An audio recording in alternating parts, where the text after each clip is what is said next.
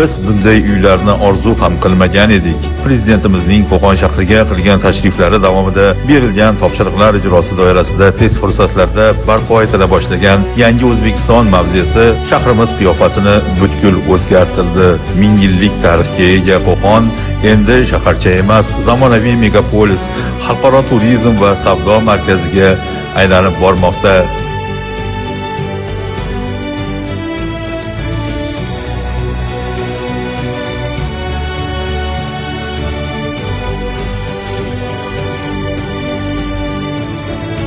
Shahrimizda 2 dona 9 qavatli bino bo'lar edi. Ko'p qavatli uy deganda ko'z oldimizga sobiq ittifoq davrida qurilgan 2 nari borsa 4 qavatli uylar kelar edi. Aholi uchun arzon, qulay va zamonaviy uylarga ehtiyoj katta edi. Bugun taratadigan hidi bilan yillar davomida hamshaharlarimizning jig'iga tekkan sobiq yog'-moy kombinati o'rnida jahondagi eng so'nggi qurilish texnologiyalari asosida yangi mavze yo'qdan bor bo'lib, ko'p qavatli uylar salobati bilan o'nib o'sib muhayyo bo'ldi.